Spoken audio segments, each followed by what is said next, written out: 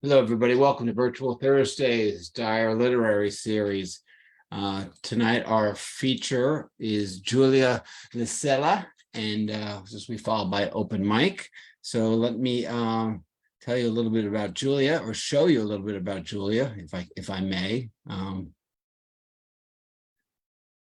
Yeah, okay, Tim. We'll get this together. Oh, I thought that's a first. I thought I was screen sharing, but only I was seeing it. So here we go, everybody. So Julia is a poet, teacher, scholar of women's writing. Her books include Our Lovely Kingdom, finalist for the Paterson Poetry Prize this very year, and grand prize finalist and honorable mention in the Eric Hoffer Book Award. Always in Terrain, both from WordTech editions and a chapbook. She's also written Love Song Hiroshima.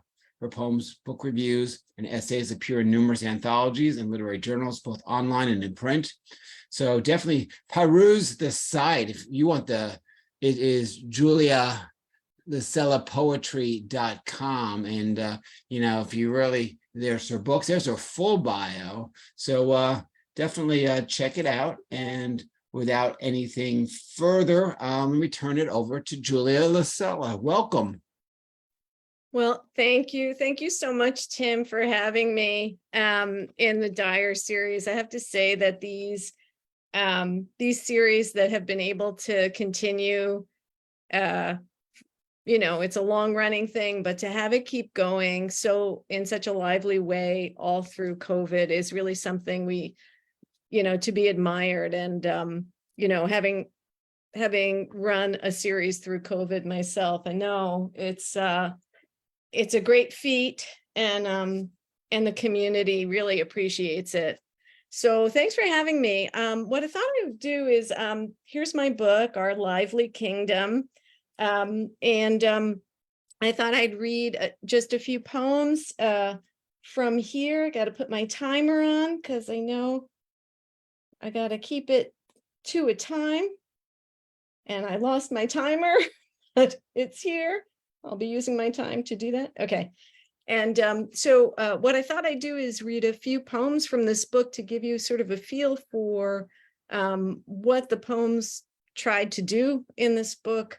I think that the book was really compiled during the COVID period, but not all the poems were written during that period. But what was interesting for me as I brought these poems together is how the poems I did write during the pandemic seemed to be speaking to some earlier concerns about our culture, the violence in our culture, the gun violence, the racial violence, the violence against the queer community, and those public concerns and my own private concerns and experiences of grief and other personal concerns seem to sort of coalesce in this book, and I hope are speaking to each other.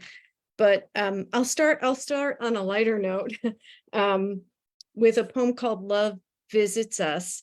And one of the great projects that I was involved in for a few months was the Plath Poetry Project, where a couple of women poets published the poems that Sylvia Plath wrote in her last year of her life. And you would go in on a particular day and be inspired by the poem and would write a poem in conversation with hers. So this one is after Sylvia Plath's poem Kindness, where she personifies kindness. And in my poem, I personify love. Love visits us. Oh, love, you flat-footed, awkward girl. You sit at a table too short for your long arms, your bony elbows, waiting for us grown-ups to speak to each other. But we are busy eating, paying bills, marking our books with dog ears. Bored or terrified, you push yourself away again, fingers lifting one by one from the table, and absently touch your face. Outside, you keep walking, the sky a blue you swear you have never seen before. In summer, you are sure of yourself. You briefly warm me with a tight embrace so that I remember how it's always been. But in winter, love, you are more silent, perhaps shy, embarrassed to take me with you into the core of things, into the press of familiar arms, into the breath of the man who you held out to me so many years ago, when I too was a summer girl.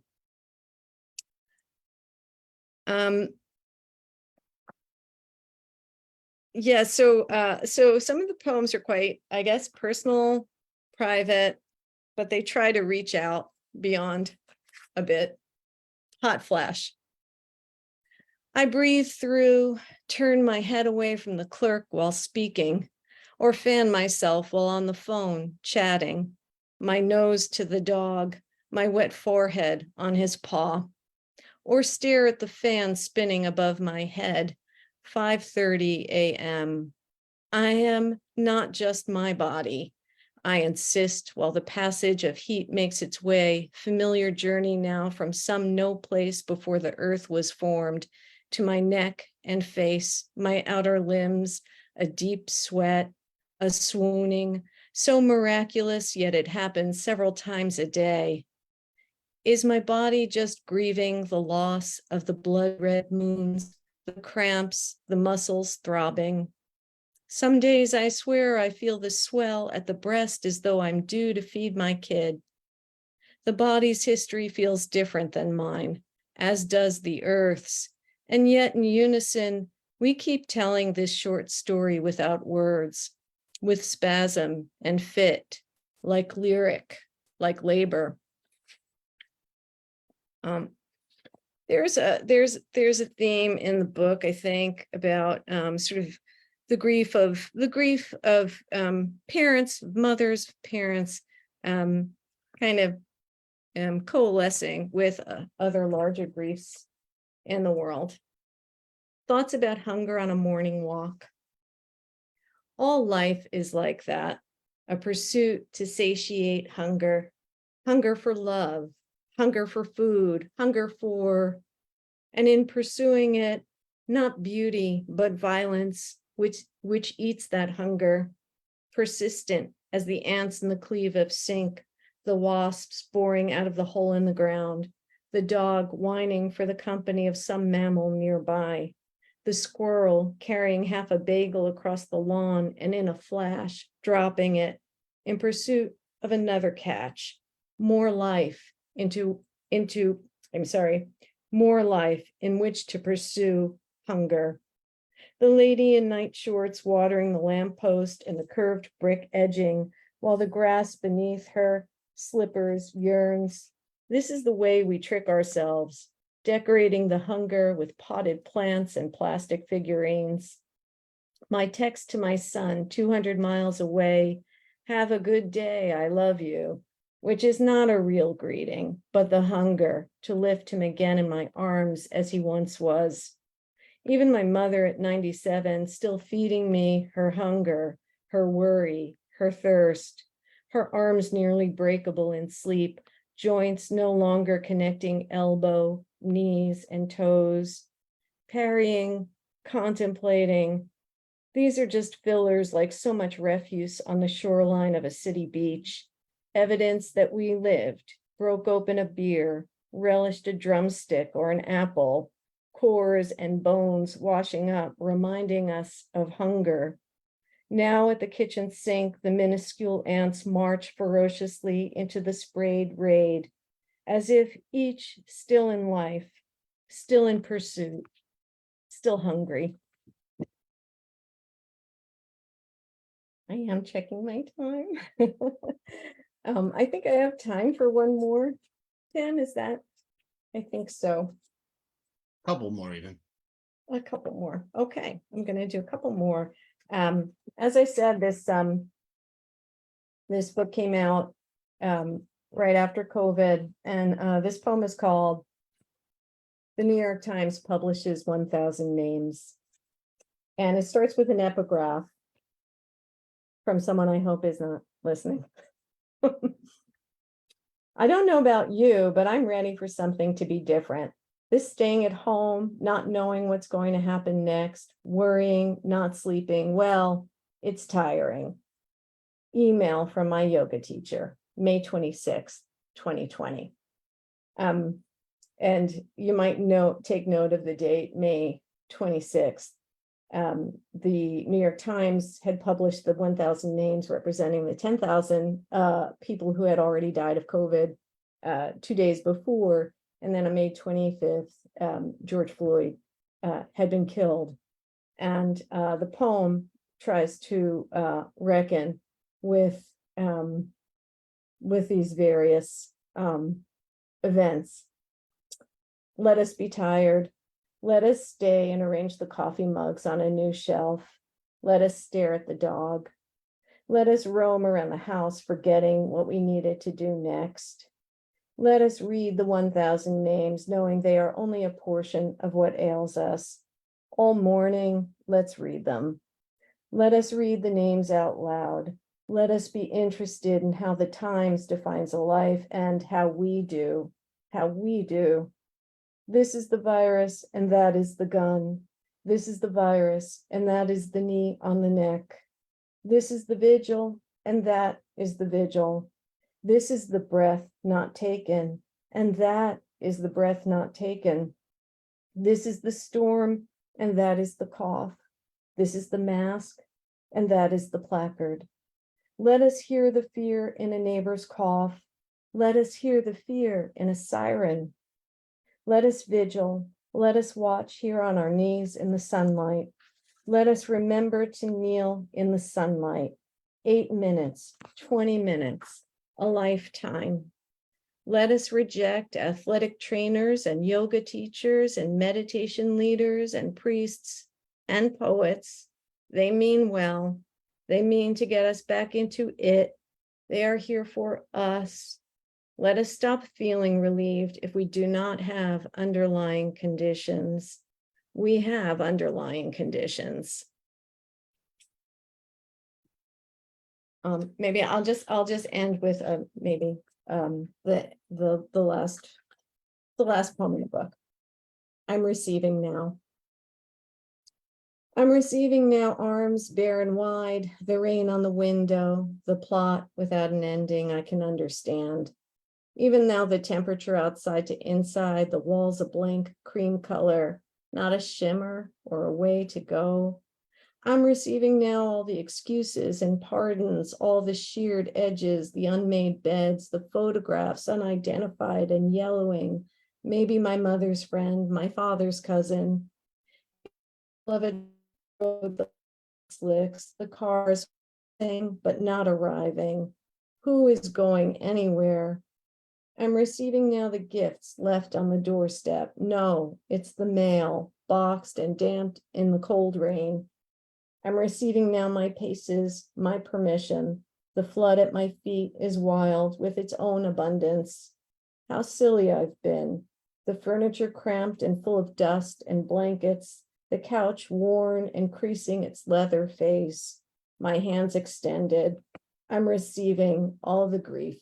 Here it is. Here it is. Wow, Thank you so much. What a great reading. And I'm gonna jump right to some questions for you. And we got some questions. You don't have to look in the chat. I'll just read them out. Okay. You saw me peeking. You saw me peeking. Oh yeah, multitasking can be rough. But then again, you know, I notice things all the time. Like a new on Zoom, it has my name under participants. Then in brackets it says me, as if I can't figure that one out. Anyway, Julia, your work, this is from Eric Silverman. Your work has an imagist, objectivist quality of detail, like looking in the work through the opposite end of a telescope. Who is and are your influences? Well, that's a wonderful question. Let's see. I think there's a lot of poets that I really love. I don't know that how much they've influenced me. I mean, I hate to give myself that much credit for what I've learned from them, you know. But Sharon Olds was a teacher of mine at NYU. And I think that her work, even if she hadn't been my teacher, I think her work would have been super important to me. Ruth Stone, I love for that ability to sort of just say as it is. Lucille Clifton, I love for all the space inside her poems that enables you to see a whole world. There's so many, and of course Sylvia Plath. I mean, if you had told me before I started looking at that project, and I used it really just to help me get over a hump, I really find her work fascinating, but I wouldn't have said that she was an influence. And then when I was sort of writing to some of her work, it was just astounding how the energy of her language enables you to work further into your own language, even if it is, not the same and not the same project. I don't know. So those are a few. I'm sure I've forgotten so many that are so important to me. Kathy Curto first gives you a wonderful compliment. You have this capacity to hold the contradictions of all life being human in the everyday with such a tender touch, yet the work is fierce.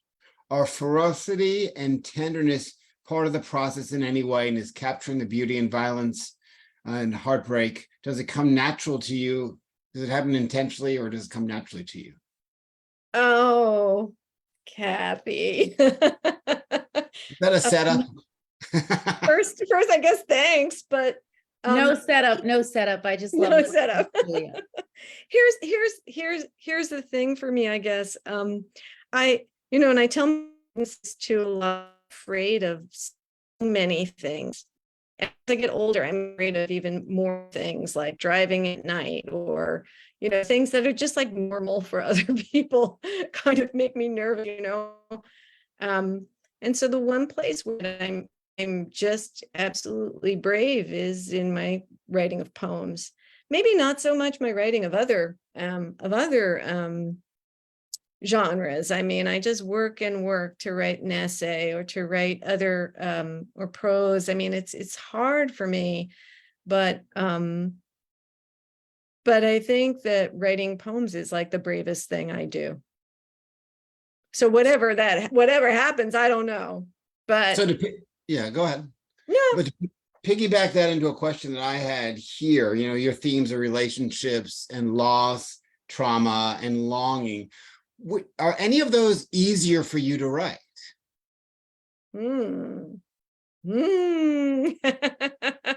I would say, first of all, I noticed while I was reading that I think my dog was in every one of the poems. I mean, apropos of nothing, but I realized, and he died right after, or right while I was coming to the end of the book. But anyhow, I don't know what made me say that, but anyhow, are there some that are easier? I don't know the list. Now I've lost track of the list, Tim, that you gave me, but I would say there's certain relationships I'll never be able to really write a good poem about. And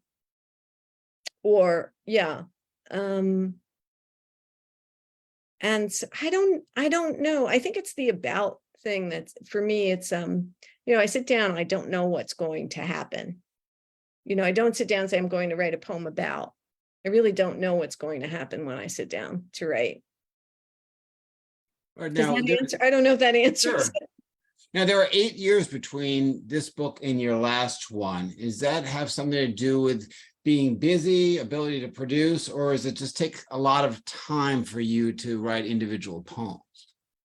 It takes me a lot of time to compile, to make a book, I think. And actually, it's kind of funny. I guess I always thought I was sort of average for the amount of time between books. But I think people are writing books faster these days, or publishing faster or something. I think I have to put them together. It takes me a long time to put them together to see the shape. I haven't really written, I haven't written a project book. I haven't written a book that says, okay, this is going to be about. And maybe if I did, it might be more, it might be more quick between books. But also I am a full-time college professor, and I have a heavy teaching load. It's not a, it's a real teaching college. So, it's the revising and the putting together the manuscript takes me a lot of time. The writing of the poems, no, it isn't. It's, I think it's average. I don't know, but I think it's the compiling and seeing the shape. My first full collection, Terrain, I realized, as I was bringing the book together, because it was so many years between my chapbook and that book,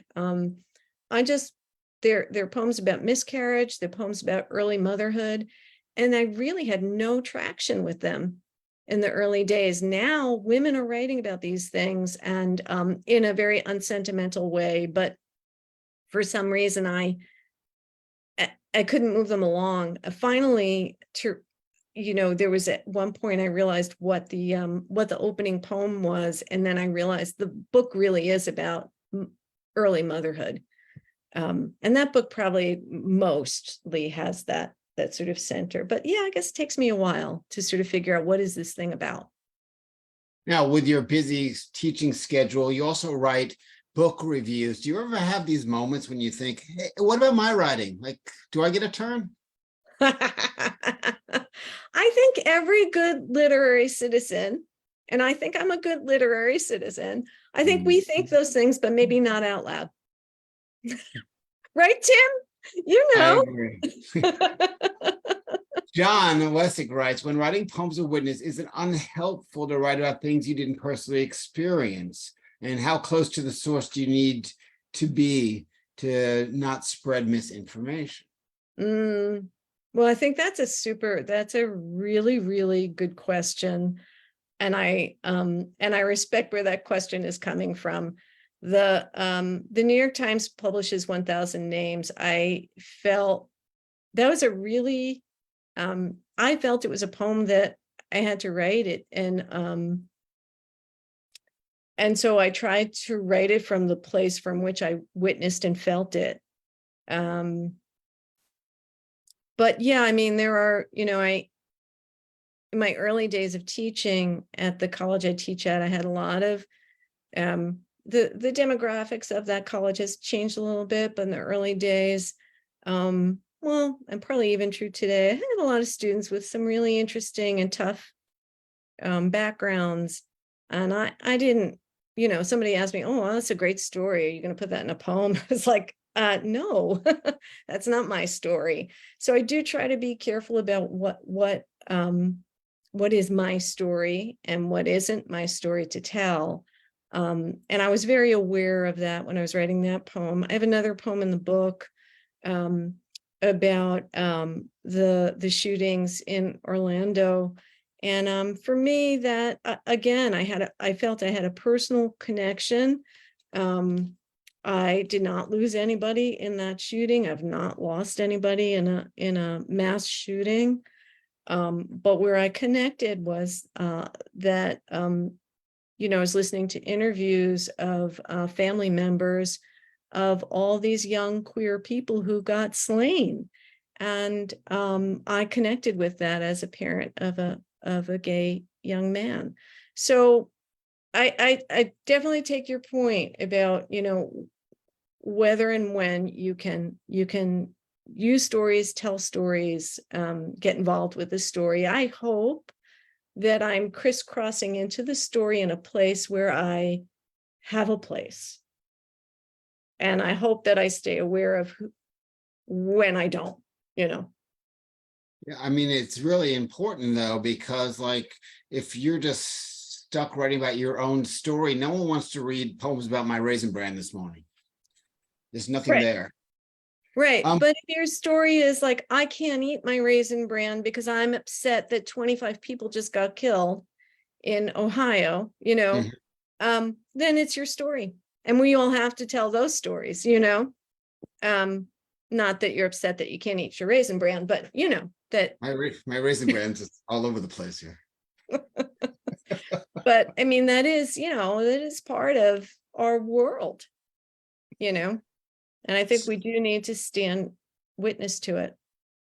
You introduced one of your poems tonight as this is very private, and then you wrote a poem about it. So emotionally, like, how do you do that?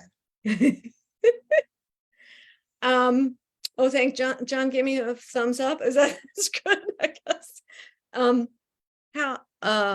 How do I do that? Well, because the poem, I mean, I say it, I think it's important to acknowledge that sometimes you write poems from a private space, but that the private space is a space that other people also occupy. You know, we're all not that special. Yeah, I mean, there's that other thing. You know, we're not that unique, you know, and how many women have come up to me and said, that's what my hot flash feels like. So it's not like I go about it thinking I'm doing a social good by talking about my hot flashes, but that private experience is human experience, I guess. And, you know, I don't write about all my private experiences, but some of them feel more public, I guess, than others, or some of them feel more shared. Now, I noticed that you were at the New York City Poetry Festival. So let me ask you this. Out of all the readings, and you've done a lot of readings for this new book, out of all the readings that you've ever done, what is your all-time favorite? Oh, You left the reading and you were like buzzing. oh, huh. I don't know. Don't say this one. This one's not all that. Well, I love your interview. It's great. And I was so nervous. This was the thing I was so nervous about. Was I don't know what kind of questions I'm going to get. But that one really, you've stuck me. I don't know. There was one way in the beginning, way in the beginning, when the book, it wasn't available. Like I had copies of it, but it wasn't out officially yet. And it was at the Lexington Library. And I thought this was interesting. I thought I gave a very good reading, but I also thought how I was given 20 minutes and I read for, I think, 15 and thought, I don't know what to read next. So actually maybe that's not the greatest experience, but I thought I gave a good reading.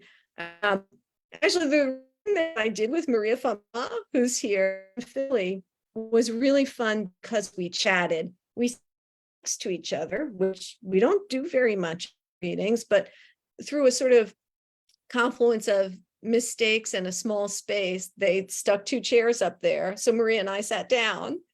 Right, Maria, you can chime in. But I thought that was very powerful because even though we didn't do like a round robin, but we were sitting next to each other and I don't know, just feeling each other's vibes. And then we did ask each other questions. So I really loved that. I love when there's, you know, some conversation between the poets. All right, final question. You're involved with the Italian American Writers Association. You host events. And how did you get involved in that? Okay. So it actually is an interesting story, but I'll try to make it sort of not too long-winded.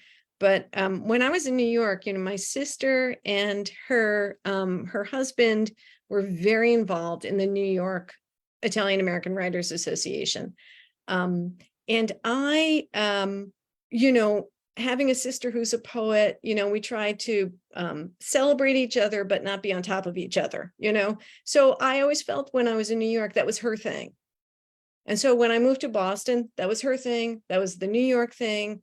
And they invited me, you know, when each book came out, which was really lovely. And I had a great time reading in New York. But that was their thing.